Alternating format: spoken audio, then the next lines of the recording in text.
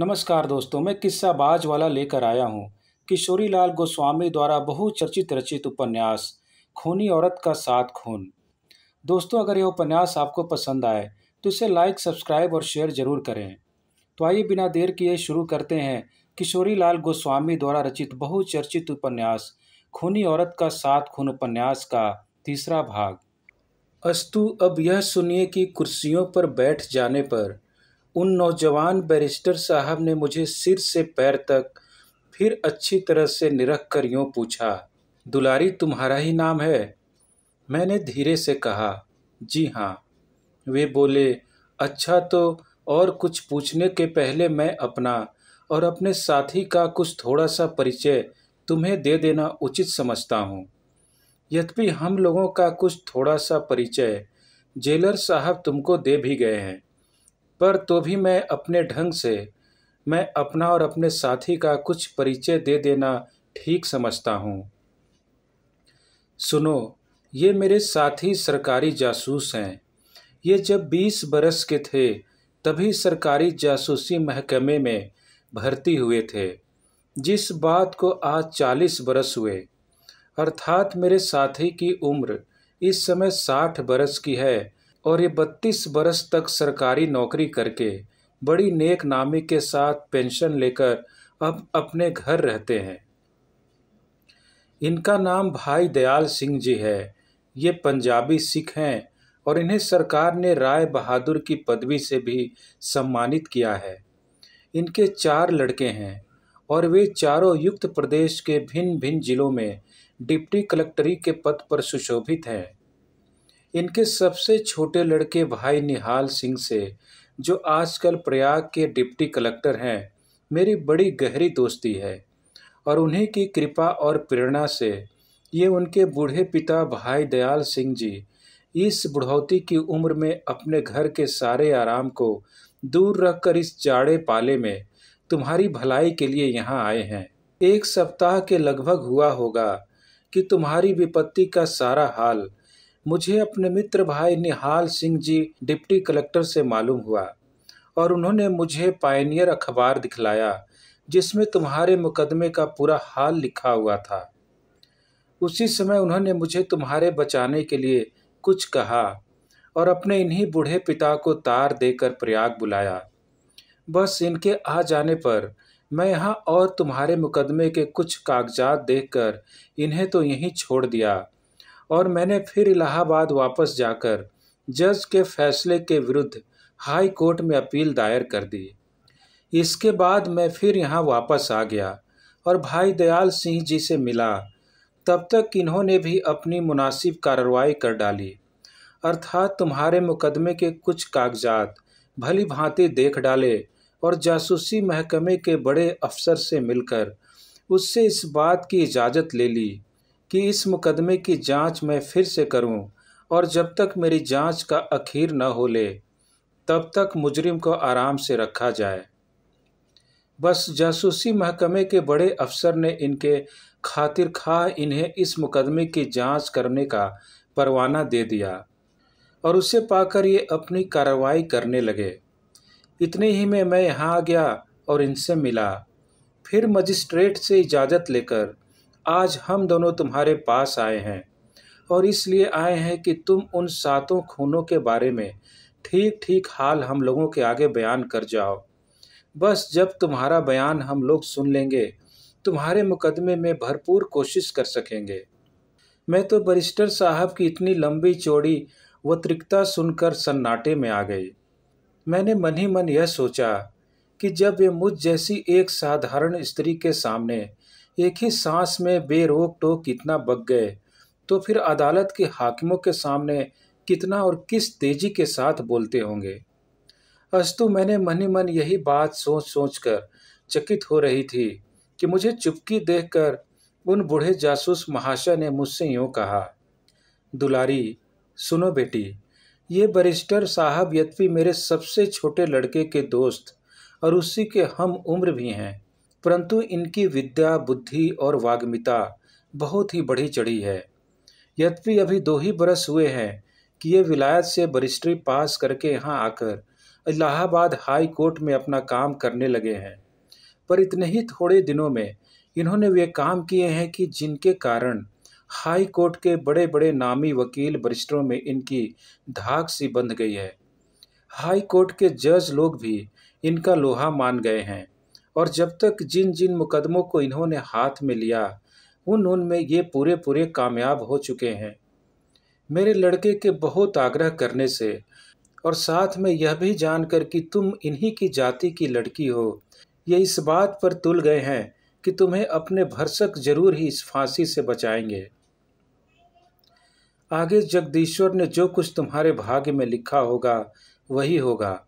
अस्तु, अब तुमसे यही कहना है कि एक बार तुम अपनी सारी कहानी हम लोगों के आगे कह जाओ।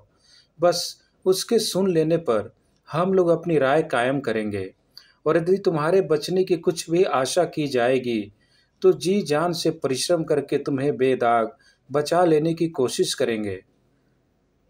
बूढ़े जासूस भाई दयाल सिंह जी की मीठी बातें सुनकर उन पर मेरी बड़ी श्रद्धा हुई और मैंने उनकी ओर देखकर यूं कहा, महाशय जी, मुझसे जो कुछ आप लोग सुनना चाहते हैं वे सारी बातें तो मेरे बयान में आ ही चुकी हैं और उन्हें आप लोग देख भी चुके हैं।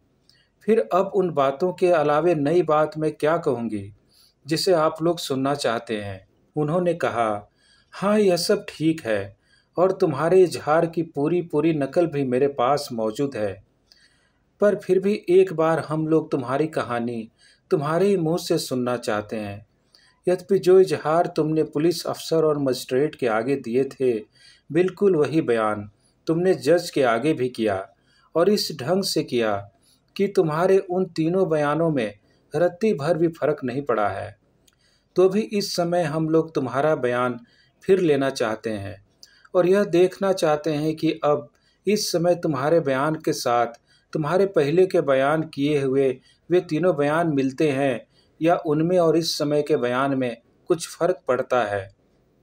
यह सुनकर मैंने पूछा, तो इतनी कोशिश आप लोग क्यों कर रहे हैं? उन्होंने कहा, सिर्फ तुम्हें बचाने के लिए। मैंने पूछा, मेरे बचाने से आप लोगों को क्या लाभ होगा?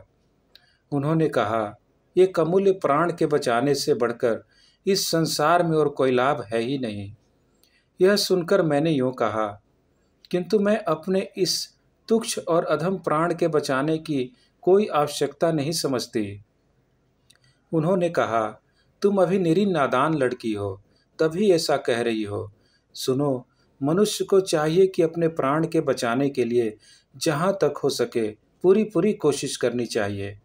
यदि उपाय के रहते भी कोई अपने प्राण बचाने का यत्न न करेगा तो उसे निश्चय ही आत्महत्या करने का पाप लगेगा। जरा सा मुस्कुरा कर मैंने कहा, आपका कहना बिल्कुल ठीक है, पर मेरी समझ में तो यह आता है कि जिस अधम नारी को साथ साथ खून करने के अपराध लगाए गए उसका संसार से उठ जाना ही ठीक है, क्योंकि मुझ जैसी घृणित स्त्री यदि जेल से छूटेगी भी तो फिर वह संसार में कहाँ खड़ी होगी, किस तरह लोगों को अपना काला मुंह दिखलावेगी और किसकी शरण गहेगी। आप लोगों को कदाचित यह बात मेरे इजहार के देखने से भली भांति मालूम हो गई होगी कि इस संसार में अब मेरा कोई नहीं है। मैं कुंवारी हूँ और साथ साथ खून करने के अपराध में जेल की काल कोठरी में पड़ी हुई भरपूर सांसत भोग रही हूँ। अब इस दशा को पहुँचकर भी यदि मैं किसी भांति छूट जाऊँ तो मेरे छूटने से संसार की क्या भलाई होगी और मुझ खूनी औरत को कौन अपनावेगा। तब मेरी यह दशा होगी कि मैं समाज से दूर दुराई जाकर इधर उधर की ठोकरें खाती हुई भीख मांगती डोलूंगी और न जाने कैसे कैसे घोर संकटों का सामना करूंगी। ऐसी अवस्था में इस घृणित जीवन से इस फांसी की तख्ती को मैं करोड़ गुना अच्छी समझती हूँ। इसलिए आप लोगों से मैं हाथ जोड़कर यह विनती करती हूँ कि आप लोग मुझे बचाकर और भी घोराती घोर दुख सागर में यूं डुबाने का प्रयत्न न करें और मुझे सुख से मरने दें। आप लोगों ने जो निस्वार्थ भाव से मेरे लिए इतना कुछ किया, इसी के लिए मैं हृदय से आप लोगों की कृतज्ञ हूँ और असंख्य धन्यवाद आप लोगों को देती हूँ। बस इतना कहते कहते मैं फूट फूट कर रोने लगी और देर तक रोया। फिर बैरिस्टर साहब और जासूस साहब बहुत कुछ समझाने पर मेरा चित्त कुछ शांत हुआ और जासूस भाई दयाल सिंह जी ने कहा, दुलारी, मैं समझता हूँ कि तुम बड़ी समझदार लड़की हो, इसलिए इन व्यर्थ की बातों को तुम अपने जी से दूर करो और अपना चित्त ठिकाने करके मेरे आगे अपनी कहानी जरा दोहरा डालो। इस पर मैं कुछ कहना ही चाहती थी, कितने में ही जेलर साहब वहां आ गए और उन्होंने जासूस साहब और बैरिस्टर साहब की ओर देखकर यूं कहा, क्यों साहब, 4 तो बज गए और अब सिर्फ 1 घंटा यहाँ पर आप लोग और ठहर सकते हैं, क्योंकि 5 बजे के बाद यहाँ पर फिर कोई भी नहीं रह सकता। यह सुनकर अपने जेब में से एक कागज निकालकर भाई दयाल सिंह जी ने जेलर साहब के हाथ में दिया और कहा, लीजिए, इसे पढ़कर मुझे वापस कीजिए। यह सुनकर उस कागज को अपने हाथ में ले तथा पढ़ने के बाद उसे लौटाकर जेलर साहब ने बड़ी नम्रता से भाई दयाल सिंह जी से कहा, ओहो, तो अब तक इस हुक्मनामे को आपने मुझे दिखाया क्यों नहीं? खैर, यह आपके बड़े साहब का हुक्मनामा है और इस पर मजिस्ट्रेट साहब की भी सिफारिश है। बस अब आप तन्हा या अपने किसी साथी के साथ जब तक चाहें जेल के अंदर रह सकते हैं और जब चाहें तभी आकर कैदी से बातचीत कर सकते हैं। जेलर साहब की बातें सुनकर मैं मन ही मन भाई दयाल सिंह जी की ताकत का अंदाज़ा लगाने लगी और उन्होंने जेलर साहब से कहा, लेकिन फिर भी अब इस समय हम लोग जाते हैं। कल हम लोग सुबह 11 बजे आवेंगे और शाम तक रहकर इस कैदी औरत का इजहार लिखेंगे। यूँ कहकर भाई दयाल सिंह जी उठ खड़े हुए और उनके साथ ही साथ बैरिस्टर साहब भी खड़े हो गए। फिर वे दोनों जेलर साहब के साथ चले गए और जेलर का वह आदमी रतन उन कुर्सियों को उठा कर ले गया। वे दोनों जब चले गए तब मेरे मन में तरह तरह के ख्याल उठने लगे और मेरे सिर में ऐसे ऐसे चक्कर आने लगे कि मैं फिर बैठी न रह सकी और अपना माथा पकड़कर धरती में लेट गई। कब तक मैं उस हालत में रही इसकी तो मुझे कुछ सुध ही नहीं रही, पर जब एक कांस्टेबल ने मुझे आकर पुकारा तो मैं चैतन्य हुई। फिर वह कांस्टेबल मुझे दूध देने लगा, पर उस समय मेरा जी इतना बेचैन हो रहा था कि मुझसे वह न पिया गया। हाँ, मैंने थोड़ा सा ठंडा पानी जरूर पी लिया और इसके बाद मैं धरती में पड़े हुए कंबल पर पड़ी रही। सारी रात मैंने बड़े बुरे बुरे सपने देखे और सवेरे जब मुझे एक कांस्टेबल ने आकर खूब जगाया तब कहीं मेरी नींद खुली। सवेरे 2 हथियारबंद कांस्टेबल और 4 कैदी औरतों के साथ जाकर मैं मामूली कामों से छुट्टी पा आई और फिर अपनी कोठरी में बैठी हुई जासूस और बैरिस्टर की बातों पर गौर करने लगी। मैंने मन ही मन यूँ सोचा कि वास्तव में जासूस भाई दयाल सिंह जी बड़ी भारी ताकत रखते हैं और वे मेरे बैरिस्टर साहब भी खूब बोलना जानते हैं। अतएव यह खूब संभव है कि ये दोनों जबरदस्त आदमी जब एक हुए हैं तब अवश्य मुझे छुड़ा लेंगे, परंतु फांसी या जेल से छुटकारा पाकर मैं क्या करूँगी? कहाँ जाऊँगी? किसके द्वार पर खड़ी होंगी और कौन मुझे अपनावेगा? उपन्यास का अगला भाग चौथे खंड में। धन्यवाद।